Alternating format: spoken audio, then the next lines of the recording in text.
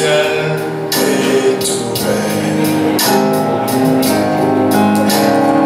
Il voit un frère, on n'était qu'un esclave.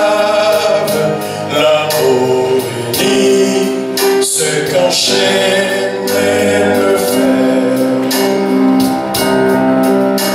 Il lui dira notre reconnaissance, c'est pour nous tous. Qu'il naît, qu'il souffre, meurt.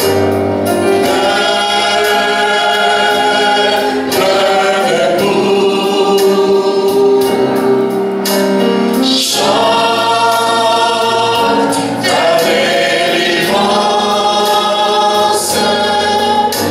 Noël, Noël, chantons le Rédempteur. Noël, Noël, chantons le Rédempteur. Peuple de vous,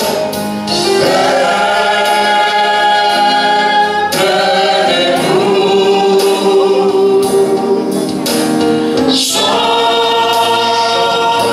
ta délivrance. Noël, Noël, chantons le Rédempteur. Noël,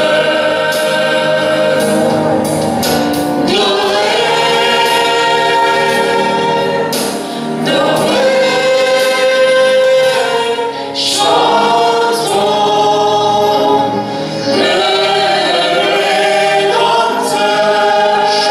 le Rédempteur.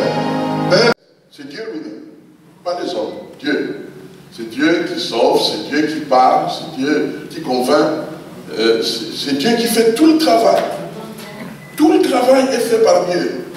Et c'est lui qui donne des mesures à chacun, selon ce qu'il a prévu que nous puissions accomplir pour sa gloire. Que le nom de l'Éternel soit béni.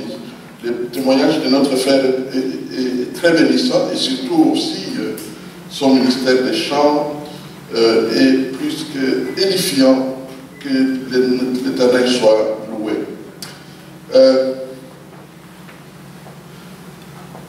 Prêcher les jours de Noël, c'est très important pour un prédicateur, mais c'est un devoir très difficile.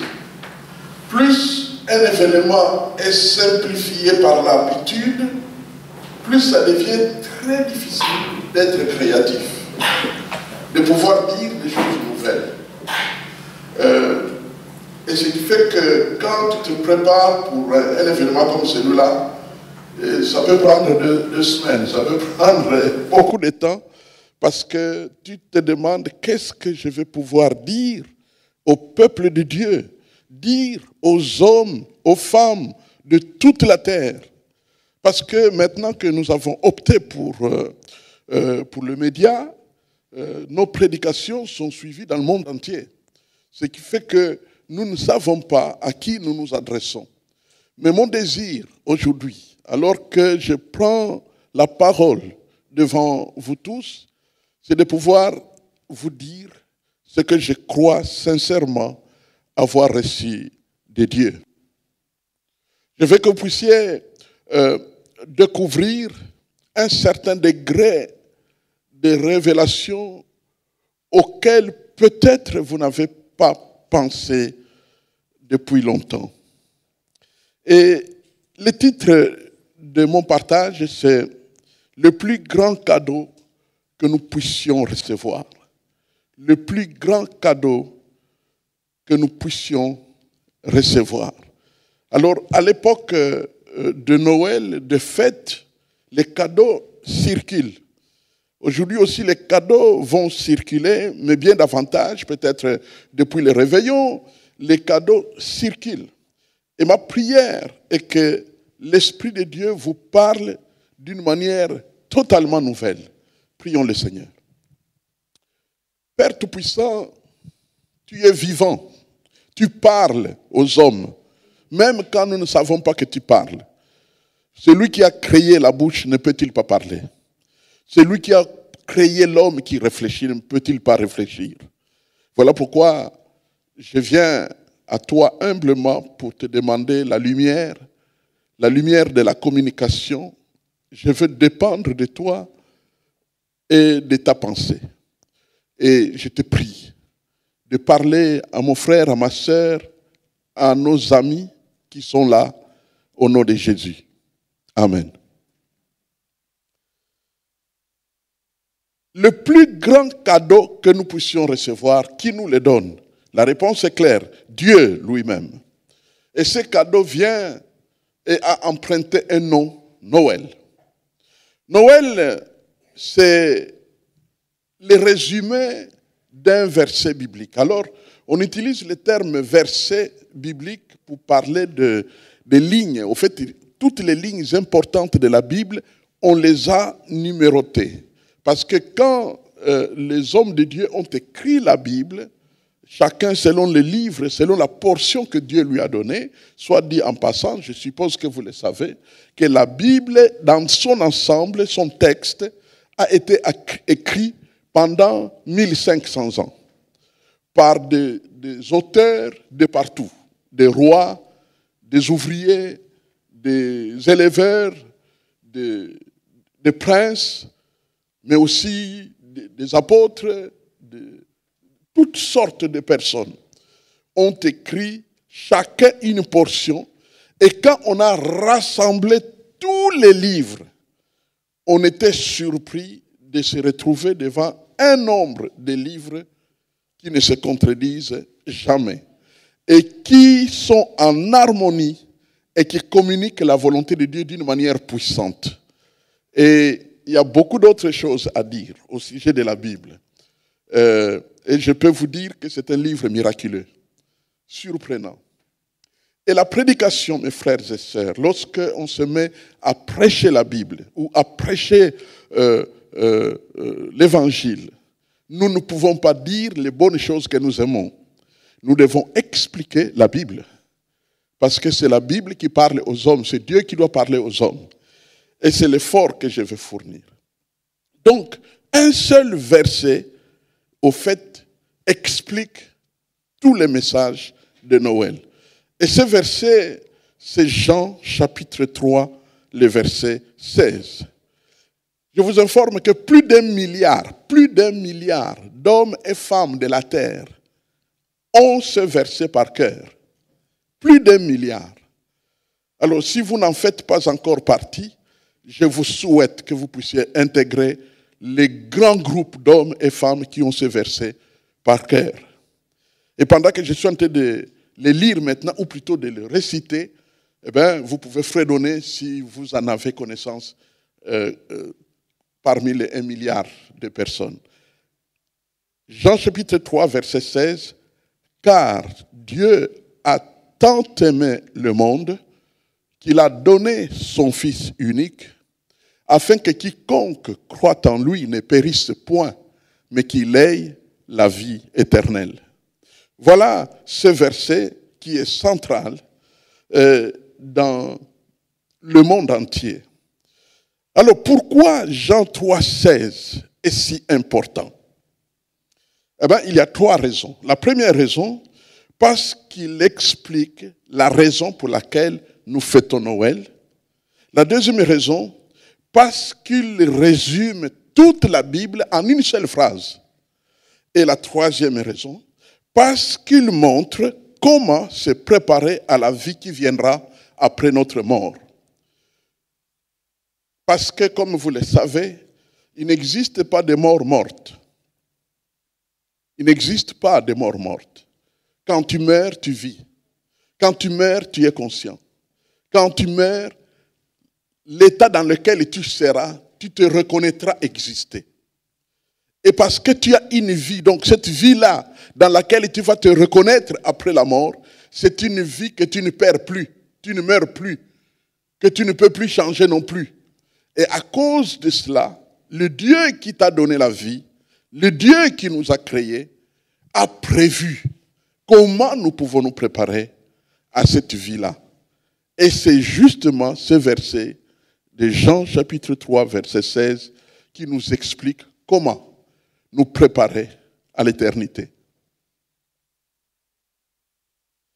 Et pour cela, j'ai prévu quelques 3, 4 idées que je vais expliquer. Je vais être assez bref, peut-être le plus clair possible, afin que nous puissions en profiter tous. Parce que c'est Noël. Nous pouvons fêter avec des cadeaux. Nous avons bien mangé, certainement, peut-être même dansé. Mais nous pouvons aussi nous enrichir spirituellement.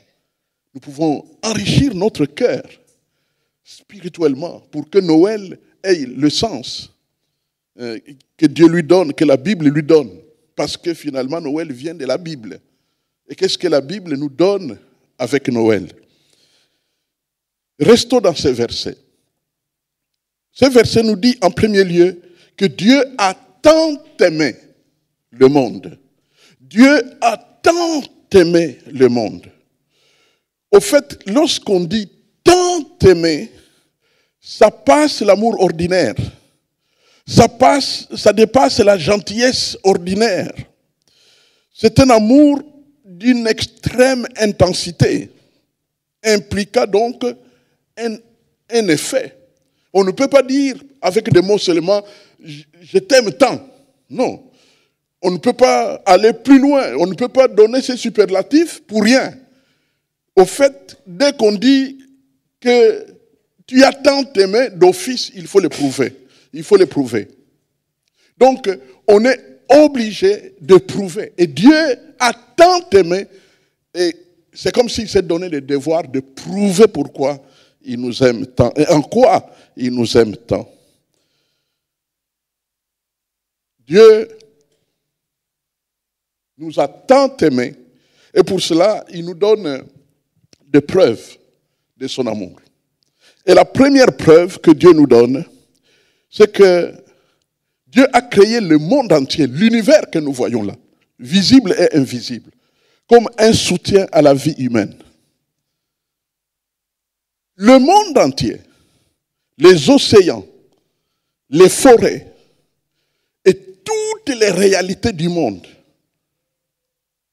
des animaux, tout, l'air qui donne l'oxygène, l'eau, la nourriture, toutes les choses qui ont été données, Dieu les a livrées à l'homme. Que tu l'aimes, que tu ne l'aimes pas. Que tu le connaisses, que tu ne le connaisses pas.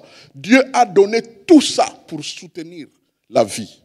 Au fait, c'est par beaucoup d'efforts, d'ingratitude, que les hommes du monde entier n'arrivent pas à réaliser que le monde qu'ils ont trouvé, dans lequel ils se sont retrouvés, c'est un monde favorable à la vie.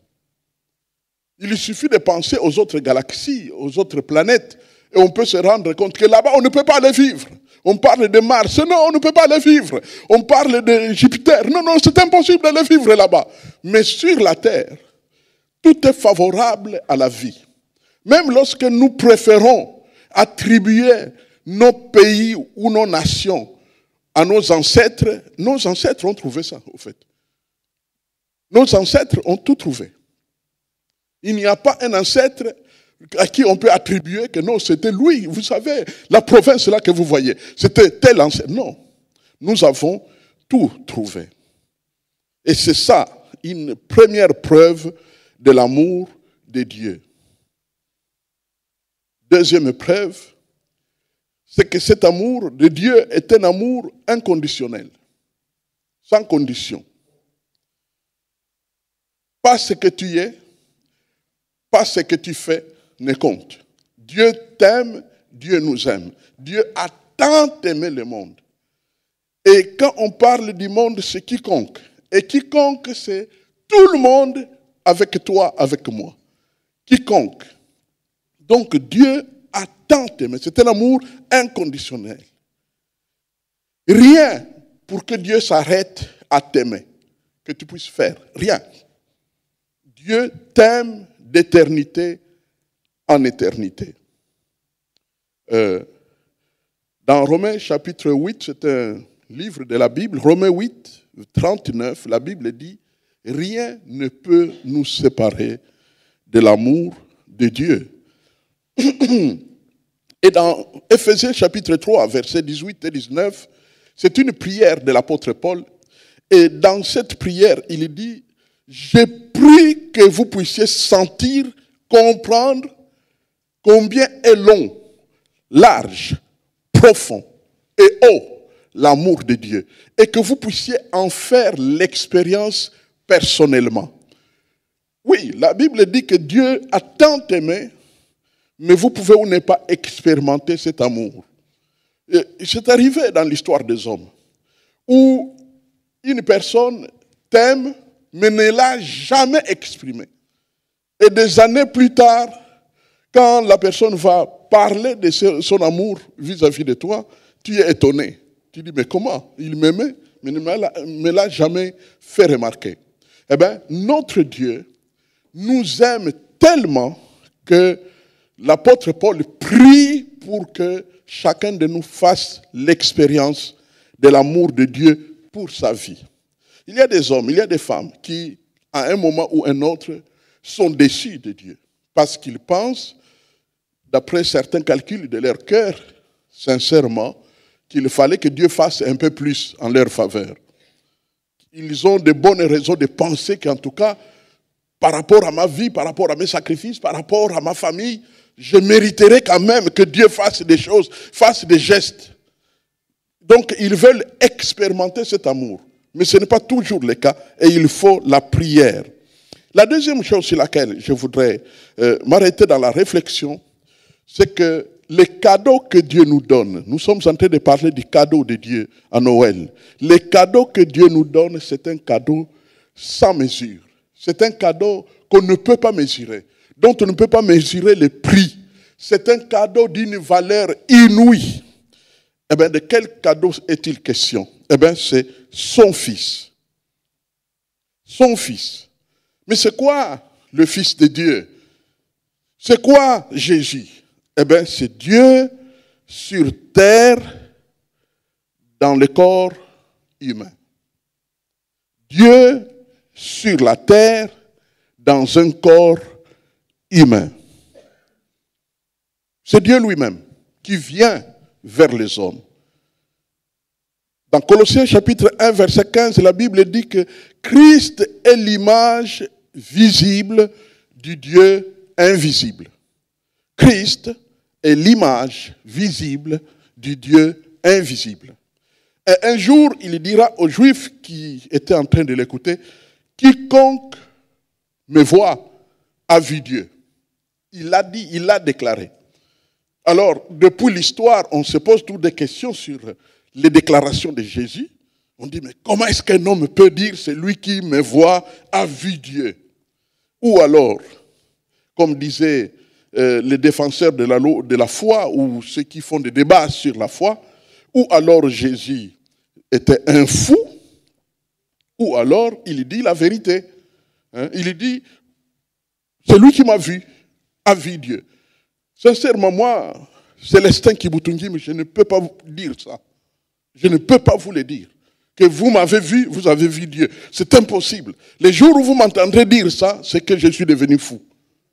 Alors, Jésus l'a dit, pour lui, un homme de la même nature que nous, en tout cas quand on le regarde, sauf en plus jeune, 33 ans, et il dit que celui qui me voit a vu Dieu.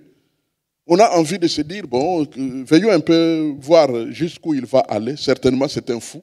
Mais non, il n'était pas un fou. Mais alors, ce qu'il a dit, était-il vrai?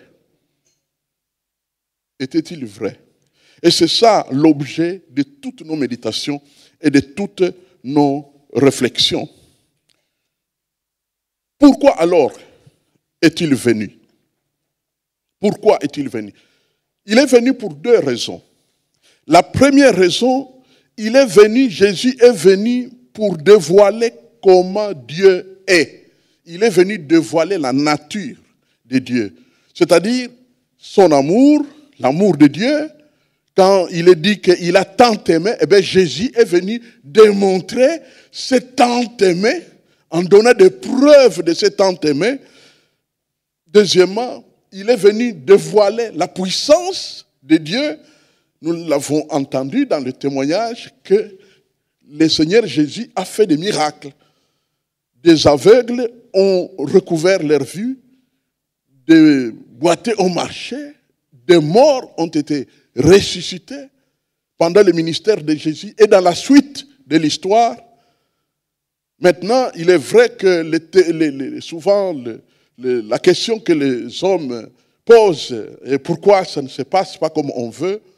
Et je pense que c'est notre frère Saint-Augustin, au IVe siècle, qui avait dit que si Dieu permettait que les miracles se produisent tous les jours, en sorte que les miracles puissent rejoindre le naturel, ça n'attirerait plus l'attention des personnes. Ça entrerait dans le naturel. C'est pourquoi Dieu rend ces miracles rares, pour que ça garde l'aspect de la solennité et de la grandeur de Dieu. Mais ça s'accomplit encore pendant notre génération, et il y a des hommes et des femmes qui rendent des témoignages, n'est-ce pas, de comment le Seigneur les a sauvés. Je me souviens, une fois, nous sommes allés en Guadeloupe, à Pointe-à-Pitre, pour exposer quelques conférences dans une église. Et pendant que nous étions là, je me suis rendu compte que beaucoup d'hommes et femmes là-bas avaient des esprits mauvais, des djinns, des démons dans leur corps. Et nos réunions, très vite, se sont transformées par une démonstration de puissance.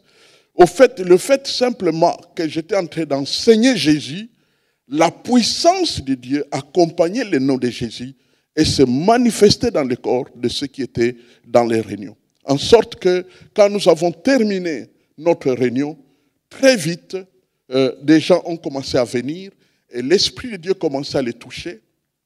Je me souviens très très bien qu'un des jours où j'ai prié pour les gens, j'ai prié individuellement pour les personnes, j'ai commencé à prier pour les gens à 9h du matin, le lendemain de la dernière réunion, 9h du matin, et j'ai terminé à 2h du matin. Toute la journée, des gens ont acheté des pizzas pour venir faire la file, donc les gens étaient là depuis 7h du matin pour attendre leur tour d'être reçus, et j'ai continué à recevoir tout l'après-midi, toute la soirée, toute la nuit jusqu'à 2h du matin que j'ai prié pour la dernière personne. Et les gens étaient en train d'être libérés des démons. Ce n'est pas la force d'un homme, c'est la force de Jésus. Jésus est venu montrer au monde la puissance de Dieu, la nature de Dieu, la sainteté de Dieu, tout ce que Dieu est. La deuxième raison pour laquelle Jésus est venu, c'est pour résoudre le plus grand problème des hommes. Quel est le plus grand problème des hommes? Ce n'est pas la nourriture. Le plus grand problème des hommes, je vous surprends peut-être, ce n'est pas non plus la santé. Le plus grand problème des hommes, c'est le péché. Au fait, les hommes, les femmes ne sont pas parfaits.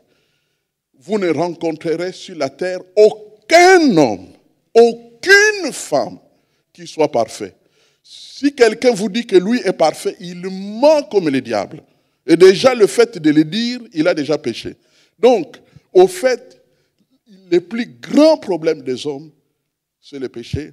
Et malheureusement, la conséquence, la seule conséquence que la Bible enseigne sur le péché, la conséquence du péché, c'est la mort.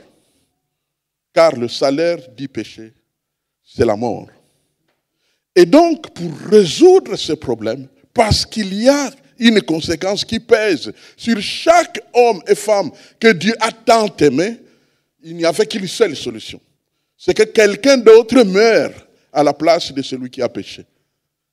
Qui sur la terre mourrait à la place de quelqu'un d'autre? Non seulement personne ne voudrait le faire, mais personne n'est qualifié à le faire. Parce que si quelqu'un doit mourir pour les péchés, c'est pour ses propres péchés qu'il doit mourir. Au fait, chaque homme, chaque femme que vous croisez sur la terre est déjà condamné par ses péchés. Il est un condamné à mort. mais un sursis, qui est en train de marcher, qui peut encore agir. Et donc, Jésus-Christ est mort. Il est venu mourir pour que nous ayons, n'est-ce pas, le pardon des péchés. Dans Romains chapitre 5, le verset 8, la Bible dit, Dieu prouve son amour, parce que nous avons parlé du fait qu'il a tant aimé, parce qu'il a tant aimé, il doit le prouver. Eh bien, Dieu prouve son amour. Romains 5, 8. Dieu prouve son amour envers nous, en ce que lorsque nous étions encore pécheurs, Christ est mort pour nous. Attention, Dieu est amour, mais Dieu est aussi juste. Et c'est là où se trouve, n'est-ce pas, les dangers pour nous, prédicateurs de l'Évangile. Si nous mélangeons les choses, nous faisons passer un message qui est faux. Dieu est amour. Et cet amour, Jésus est venu le démontrer dans sa première venue. C'est pourquoi vous entendrez souvent Jésus dire, moi je ne te condamne pas non plus. Moi je ne te condamne pas non plus. Moi je ne te condamne pas non plus. Et nous sommes dans cette époque-là du moi je ne te condamne pas non plus. Mais quand Jésus reviendra pour la deuxième fois, quand il viendra dans sa gloire, là il ne viendra plus pour je ne te condamne pas non plus. Là il viendra pour la justice de Dieu. C'est-à-dire qu'il va juger le monde. Alors, si quelqu'un juge les hommes pendant cette époque, au fait, non seulement c'est un acte cruel, c'est un acte de méchanceté, mais au fait, il agit là où même Jésus n'agit pas. Parce qu'en ce moment, vous pouvez vous imaginer que Dieu met dans sa Bible, dans sa parole, un verset, mais qui résout le problème du péché en une seconde, parce que tout simplement, Jésus est déjà mort pour cela. 1 Jean chapitre 1 verset 9. Que dit la Bible? Si nous confessons nos péchés, Dieu est fidèle et juste de nous les pardonner et de nous purifier de toute iniquité. En d'autres termes, dès que tu te repens de ton péché n'existe plus aussi longtemps que nous sommes dans cette époque où Jésus est venu mourir sur la croix pour nos péchés. Pourquoi Dieu ne nous frappe pas à cause de nos péchés? Parce que quelqu'un est mort pour ses péchés. Donc Jésus est venu justement pour manifester l'amour de Dieu en mourant à la croix à notre place. Il a payé son corps comme un sacrifice pour résoudre le problème du péché. La Bible dit une fois pour toutes ou une fois pour de bons. Et dans 2 Corinthiens chapitre 5 verset 21, la Bible va plus loin pour parler d'un transfert. La Bible dit que, au fait, au moment où Jésus meurt sur la croix, nos péchés, tous nos péchés sont stockés sur lui. Il meurt pour ça. Et maintenant, parce que lui est innocent, il n'a jamais péché, il y a donc une justice, une vie pure, une vie sainte, une vie juste en Jésus qui meurt pour des péchés qu'il n'a pas commis. Eh bien, cette sainteté-là, pour nous qui prenons conscience que nos péchés sont tombés sur lui, sa sainteté, sa justice tombe sur nous. Voilà le salut. Voilà la clé du salut. Donc c'est là où se trouve le travail que Jésus-Christ a accompli sur la croix. Et la troisième idée, d'abord, j'ai parlé du fait, n'est-ce pas, de la grandeur de l'amour de Dieu. Dieu a tant aimé. Et le deuxième, un cadeau, un grand cadeau, qui est Jésus. Et maintenant, troisième, quel est le but? Pourquoi Jésus? Pourquoi Noël? Quiconque croit en lui ne périsse point. Quiconque croit en Jésus ne périsse point. Voilà le décret du programme pour lequel Jésus est venu sur la terre. Et quand on dit quiconque, je l'ai dit tout à l'heure, c'est tout le monde vous du nombre. Tout le monde vous du nombre. Quiconque croit. Alors en ce moment-là, vous comprenez que le mot croire a un sens tellement profond et grave que chacun de nous a la responsabilité de le comprendre. Qu'est-ce que ça veut dire que je puisse croire en Jésus? j'y reviendrai. Quiconque donc croit en lui. Dans Actes chapitre 10, le verset 35, au fait, Dieu dit qu'il n'y a pas de différence. Qui que vous soyez, d'où que vous veniez, si vous faites ce que Dieu a demandé de faire pour être sauvé, vous serez sauvés. Donc, au fait, le programme de Noël, c'est un programme universel, un programme qui n'est pas régional. C'est un programme qui n'est pas lié à une nation, que voilà, tel pays a choisi telle religion. C'est un programme mondial.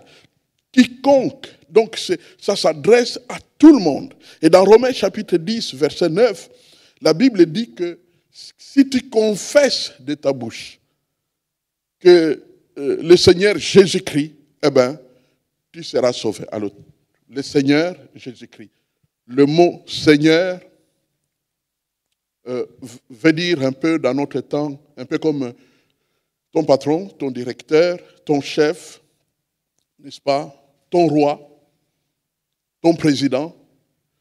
Mais là, c'est d'une manière personnelle. Donc c'est comme si tu es un esclave, mais qui appartient à quelqu'un. Tu lui appartiens, lui Jésus. Donc c'est cela que Dieu veut. Alors que faire pour recevoir le salut de Dieu, les cadeaux de Dieu dont nous parlons? Croire, je l'ai dit tout à l'heure. Et je voudrais m'arrêter sur le mot croire, comme l'un des éléments les plus importants de mon exposé d'aujourd'hui. Croire, c'est quoi? Croire veut dire faire confiance totale en quelqu'un. Ça, c'est le premier élément. Il y en a trois. Trois éléments qui composent un seul mot. Parce que c'est un mot tellement riche. Donc, premièrement, faire confiance totale en quelqu'un. En d'autres termes, même si vous avez l'impression que les choses ne marchent pas comme vous le souhaitez, mais quand vous avez confiance en quelqu'un, vous lui faites confiance. Au fait, vous savez, il arrive des fois que nous puissions, par exemple, prendre rendez-vous avec quelqu'un, n'est-ce pas? Et vous savez que cette personne-là est toujours fidèle à ses rendez-vous. Alors, vous l'attendez, le temps passe, et puis quelqu'un peut-être va te dire, écoute, il ne va pas venir, tu vois bien que le temps est passé. Et tu vas lui dire, non, je connais la personne, elle va venir. Certainement quelque chose s'est passé qui l'empêche de venir à l'heure, mais il va venir parce que je le connais, il tient parole. C'est ça, faire confiance. Faire confiance en Jésus, quand tu t'engages dans une vie où tu fais confiance en Jésus, eh bien, quels que soient les événements, la tournure des événements dans ta vie, la complication des problèmes de ta vie, tu as confiance en lui et tu es stablement établi dans cette confiance totale. Et tu te dis, tôt ou tard, à un moment ou un autre, il va intervenir car j'ai confiance totale en lui. Ça, c'est croire. Mais comme je l'ai dit, il y a deux éléments, trois éléments. Le deuxième élément, c'est s'engager vis-à-vis d'eux. Là, ça devient une relation.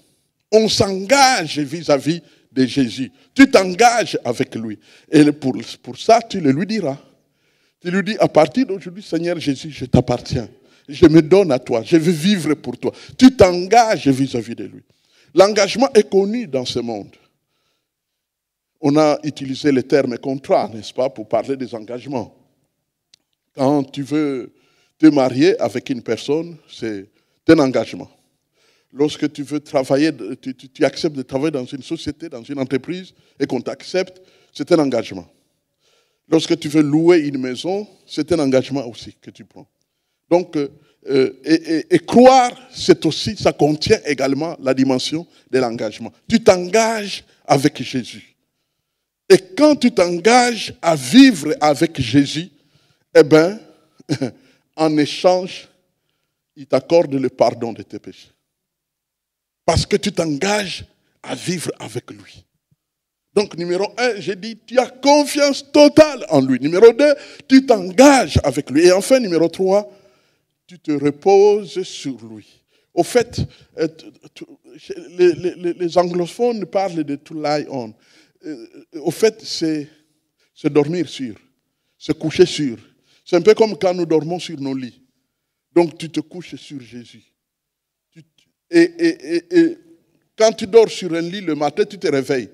Mais quand tu dors sur Jésus, tu ne te réveilles plus. En fait, tu restes couché sur lui. Tu es lié à lui. Tu t'attaches à lui.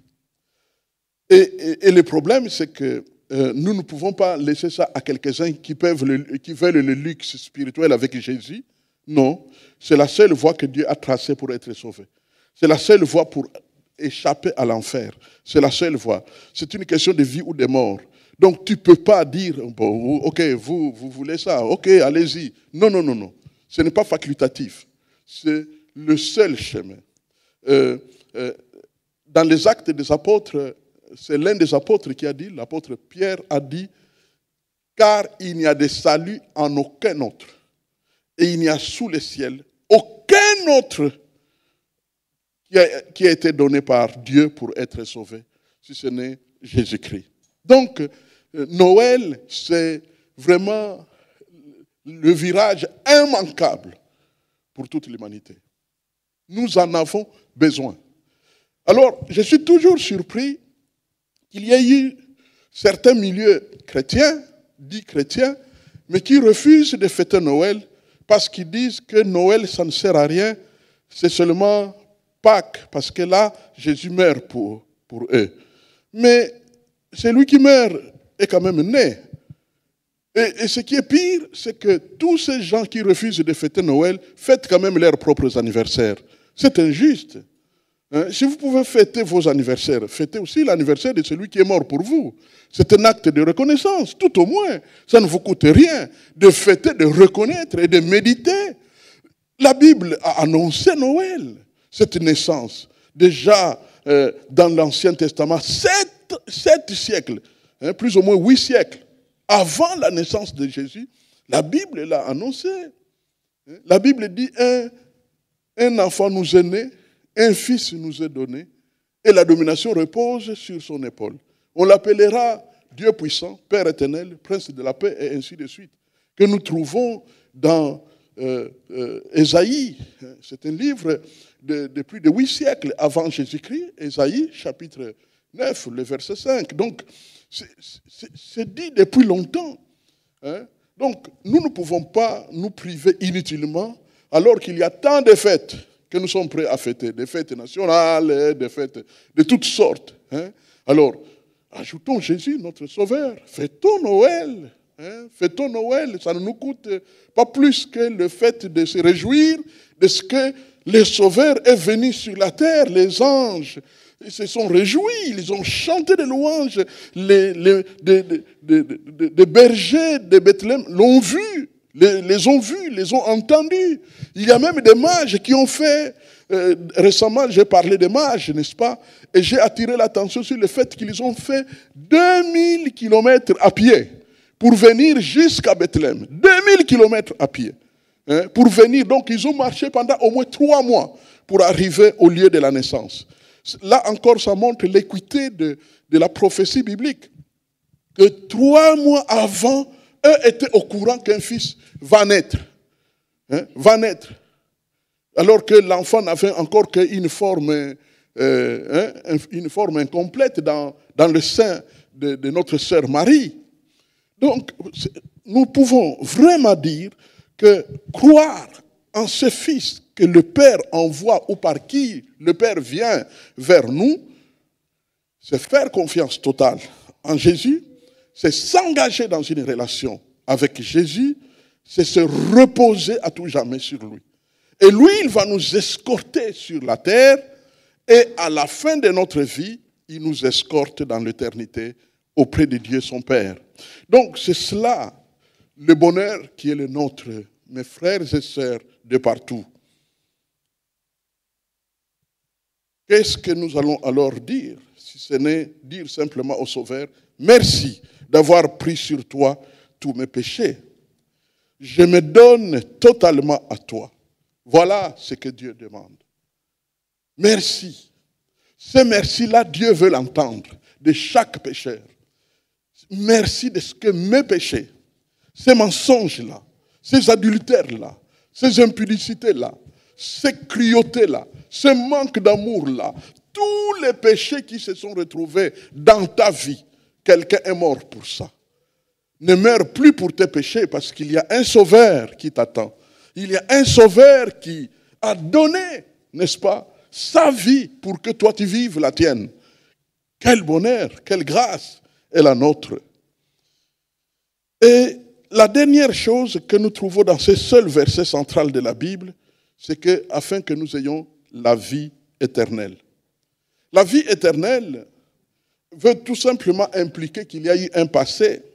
Alors, par rapport à notre passé, parce que nous nous sommes engagés avec Jésus, nous l'avons vu, le pardon est accordé. Eh bien, par rapport au présent, parce que le pardon est accordé, le Saint-Esprit vient dans ta vie, il te donne une vie nouvelle, il y a une transformation. Nous avons entendu dans le témoignage de notre frère qu'il avait tout un bagage de toutes sortes de musique. Nous ne voulons pas dire que la musique soit mauvaise, mais ça peut devenir un lien véritable et qui produit, qui manifeste un état d'âme qui nous lie. C'est un peu comme une drogue, comme une drogue, comme un attachement à quelque chose qui ne t'édifie pas, qui ne t'aide pas, mais qui te détruit. Eh bien, quand Jésus entre dans ta vie, quand tu t'engages avec Jésus, une des conséquences qui va arriver, c'est que tu es transformé. Tu commences à sentir que tu peux vivre autrement. Il y a des choses que tu ne feras plus. Tu pouvais les faire, mais tu ne feras plus.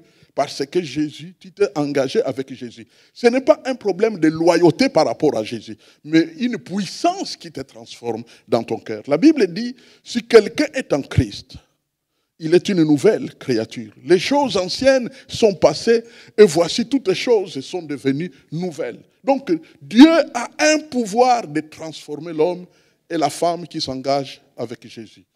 Ma question est, pourquoi ne pas s'engager avec Jésus aujourd'hui?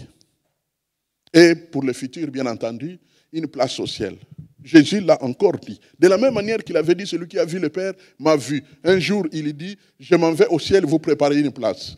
Lorsque je m'en serai allé et que j'aurai fini de vous préparer des places, je reviendrai vous prendre, afin que là où je suis, vous y soyez aussi. Là encore, c'est osé. Pour un être humain qui n'a ni hélicoptère ni avion, qui vous dit sur la terre que lui, il va aller au ciel. Eh bien, figurez-vous que cela s'est accompli. Littéralement, en Palestine, un jour, sur une colline, on a vu Jésus se lever 1 mètre, 2 mètres, 5 mètres, 1 kilomètre et disparaître dans les airs. Il est parti au ciel. Et là, il est allé nous préparer une place. Pourquoi se priver de cette éternité-là? Puisque la vie que nous avons sur la terre, c'est une vie qui va passer. Elle va passer. Et ce qui est choquant, parfois, et je parle en être humain, c'est que parfois cette vie de la terre passe au moment où on ne s'attend pas qu'elle puisse passer. Nous avons été 1000 fois surpris par les gens qui nous quittent, surtout ces derniers temps. Ces derniers temps, avec la pandémie qui prévaut, des hommes et des femmes en bonne santé, forts dans leur corps, et puis tout à coup contaminés, et au bout de quelques semaines, le corps se dégrade et la mort s'ensuit. Où iras-tu si cela t'arrivait? Eh bien, Jésus est venu résoudre cette équation. Jésus est venu résoudre ce problème. Jésus est venu nous rendre prévoyants par rapport à notre éternité. L'amour de Dieu, c'est un amour sans mesure. Un auteur théologien a parlé d'un amour fou de Dieu pour les hommes.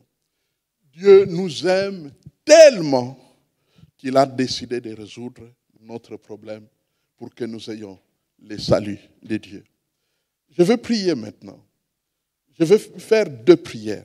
La première prière, je voudrais demander à celui d'entre nous qui s'est dit, moi, je n'ai pas encore pris l'engagement, je n'ai pas encore donné ma vie à Jésus. Je ne me suis pas encore totalement donné au Seigneur Jésus, alors qu'il est mort sur la croix pour mes péchés. Maintenant, je vais le faire. La prière que je vais faire en premier lieu va soutenir la prière des gens qui veulent prendre l'engagement de donner leur vie à Jésus-Christ, de croire pour ne plus périr. Et puis la deuxième prière que je ferai, je prierai pour la santé. Parce que, comme nous l'avons entendu dans le témoignage, Dieu agit encore pendant notre génération. Il suffit de le lui demander dans une prière sincère et de foi. Et c'est ce que je ferai en deuxième lieu. Là, nous prierons tous ensemble pour que Dieu puisse manifester sa grâce, sa puissance dans les vies de ceux qui doivent être guéris, mais aussi dans les vies de ceux qui doivent être protégés pour ne pas être contaminés. Mais je commence d'abord pour prier pour ceux qui veulent donner leur vie à Jésus-Christ. Si la pensée d'un sauveur qui est donné, qui est venu mourir sur la croix à ta place, qui a porté tous tes péchés, tu n'as plus à mourir pour des péchés pour lesquels quelqu'un est mort quand même. Il a payé. Alors, engage-toi avec les sauveurs. Et tu peux le lui dire maintenant avec tes propres mots pendant que je serai en train de prier. Prions le Seigneur. Seigneur Jésus-Christ, ce que tu as accompli est grand. Tu es la réponse de l'amour de Dieu, du grand amour de Dieu pour les hommes. Tu es venu en Noël offrir ta vie. Nous, nous vivons pour vivre. Nous vivons et nous fêtons et nous voulons rendre meilleure possible notre vie. Mais la tienne, tu es venu vivre cette vie dans le but de l'offrir en sacrifice pour que les hommes et les femmes qui ont le péché, et tous ont péché, pour qu'ils obtiennent le pardon de Dieu pour leurs péchés. C'est ce que tu es venu faire. Seigneur notre Dieu, merci pour le pardon des péchés que tu as apporté aux hommes que nous sommes, aux pécheurs que nous sommes. C'est ta grâce qui fait cela. Et nous te remercions. Regarde dans le cœur. Vois ces hommes et femmes qui, au fond de leur cœur, sont en train de s'adresser à toi, s'engagent à toi, veulent se reposer sur toi, s'engagent à te faire totalement confiance. Alors, Seigneur, je te prie de tout mon cœur que tu soutiennes leur foi, que tu acceptes leurs demandes, que tu acceptes leur engagement, que tu les acceptes alors qu'ils viennent à toi, alors qu'ils te parlent, alors qu'ils s'expriment sincèrement pour se donner à toi. Accepte-les, Seigneur. Accepte-les. Certains, je les vois parce qu'ils sont dans cette assemblée. Mais il y en a d'autres qui écoutent ce message dans le secret de leur chambre, de chez eux, je ne sais même pas où, mais parce que simplement ils comprennent la langue avec laquelle je communique. Je te prie, ô Sauveur, soutiens leur engagement vis-à-vis de toi. N'est-ce pas toi qui as dit, ô Jésus, tu l'as dit, je ne mettrai point dehors celui qui vient à moi. Alors, puisqu'il vient, puisqu'elle vient, malgré le grand fardeau de ses péchés, toi, tu les as tous portés sur toi. Tu as été puni pour leurs péchés. Tu as été jugé comme les ayant commis alors que tu n'as jamais rien commis. Mais tu les as portés par amour pour qu'à leur tour, à notre tour, nous ayons le pardon. Ô Sauveur, révèle-toi à mon frère, à ma sœur, qu'il fasse l'expérience sincère et définitive de ton amour grand, de ton amour incommensurable, sans mesure. Merci, Sauveur, de sauver mon frère, de sauver ma sœur, de devenir le sauveur de cet homme-là, de cette femme-là, en sorte que désormais, sans être devenu parfait, mais au moins nous avons désormais, elle aura désormais un sauveur qui a porté ses péchés sur la croix. Seigneur, merci. Seigneur, merci. Seigneur, merci. Merci pour le salut que tu donnes, pour la vie nouvelle que tu donnes, pour l'éternité qui devient possible, l'éternité à passer avec Dieu, là où tu es allé préparer des places. Seigneur, merci. Merci de tout cœur. Je te remercie pour cet homme. Je te remercie pour cette femme qui, dans le secret de son cœur, vient de s'engager avec toi, à entrer en relation avec toi, s'engage à te faire totalement confiance et à se reposer sur toi. Je te remercie pour lui, pour elle, parce que désormais, il a un sauveur. Elle a un sauveur que tu es, Jésus-Christ. Gloire à toi, ô Sauveur. Merci de tout cœur pour ce salut que tu as accordé à cet homme et à cette femme. Désormais, sa vie sera totalement différente, transformée par toi. Parce que ta puissance accompagne le pardon des péchés. La puissance accompagne l'entrée du Saint-Esprit dans le cœur de ceux qui croient en toi. Papa, merci de tout cœur pour ce que tu viens d'accomplir. Si tu as prié sincèrement pour donner ta vie à Jésus-Christ, tu peux être sûr à 100% qu'il t'a accueilli. Tout ce que Jésus exige, c'est que tu sois honnête et sincère quand tu t'engages avec lui. Et si tu l'es, lui, il est fidèle et juste de t'accueillir et de te sauver comme il l'a fait pour des milliards de personnes sur la terre. Maintenant, je fais une dernière prière. Je vais prier pour la santé. Et je vous propose de vous lever. Je vais prier pour la santé. Si vous êtes malade, vous pouvez prier pour vous-même aussi. Si vous pensez ou vous savez quelqu'un qui est malade, vous allez prier aussi pour lui. Nous avons quelques amis qui ont dû garder la quarantaine parce qu'ils ont été en contact avec quelques personnes au début de la semaine. Alors, nous prions aussi, nous pensons à eux dans la prière. Notre Dieu, nous te remercions ce jour de Noël pour la grâce que tu nous fais de vivre la communion, de vivre ta présence, de vivre dans la foi, de vivre dans le partage d'une relation avec toi. Merci pour ta parole qui nous parle des choses claires, qui nous explique ce que tu es prêt à faire lorsque nous avons foi en toi, lorsque nous avons confiance en toi, lorsque nous nous reposons sur toi, lorsque nous sommes en engagement avec toi. C'est que tu es prêt à agir dans nos vies. Tu es prêt à nous transformer. Tu es prêt à intervenir dans les situations personnelles de nos vies. Et c'est cela, justement, que nous faisons maintenant. Père, des hommes et des femmes sont malades. Certains sont dans des hôpitaux. D'autres souffrent dans les secrets de leur maison en privé. Ils ont des douleurs. Ils sont infectés par des microbes. Ils sont infectés par le virus qui est en train d'agir sur la terre. Ils passent par des temps difficiles. Ils ont des douleurs dans leur corps. Père Saint, notre Dieu, tu as offert ton Fils sur la croix aussi pour la guérison des corps. La Bible dit, par ces meurtrissures, par ces blessures, nous sommes guéris. Alors je te prie que tu manifestes ta puissance en faveur de ces hommes et femmes que nous mentionnons devant toi, que nous portons en image devant toi, ceux à qui nous pensons maintenant, à commencer par nous-mêmes, jusqu'aux amis et d'autres personnes que nous ne pouvons même pas imaginer parce que nous ne sommes pas physiquement en contact avec eux, où qu'ils soient, mais qui maintenant, Seigneur, sont en train d'écouter cette prière et veulent placer leur totale confiance sur toi pour être guéris.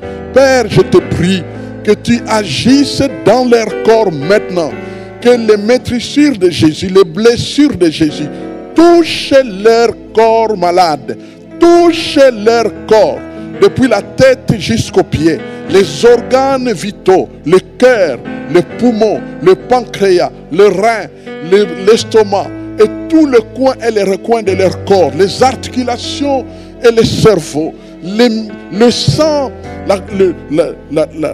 la circulation du sang et tous les autres coins. Père, je te prie Que ta puissance vienne sur chacun d'eux, coule depuis la tête jusqu'aux pieds pour détruire les microbes, pour détruire les virus, pour détruire la maladie, pour l'anéantir totalement, afin que germe au travers de toutes les cellules de chaque corps la santé, la guérison, la libération, une transformation totale, parce que tu es vivant et parce que tu agis, parce qu'en envoyant ton Fils Jésus sur la croix, en envoyant ton Fils Jésus sur la terre, tu es venu vers nous avec toute ta divinité pour nous faire du bien. Père, fais du bien à ces hommes, à ces femmes qui attendent la guérison, qui l'obtiennent maintenant, ô Dieu, au nom puissant de Jésus-Christ. Père, merci pour tout le reste que tu feras, car ta parole dit que chaque fois que nous te demandons quelque chose, toi tu fais toujours au-delà de ce que nous pouvons penser ou imaginer.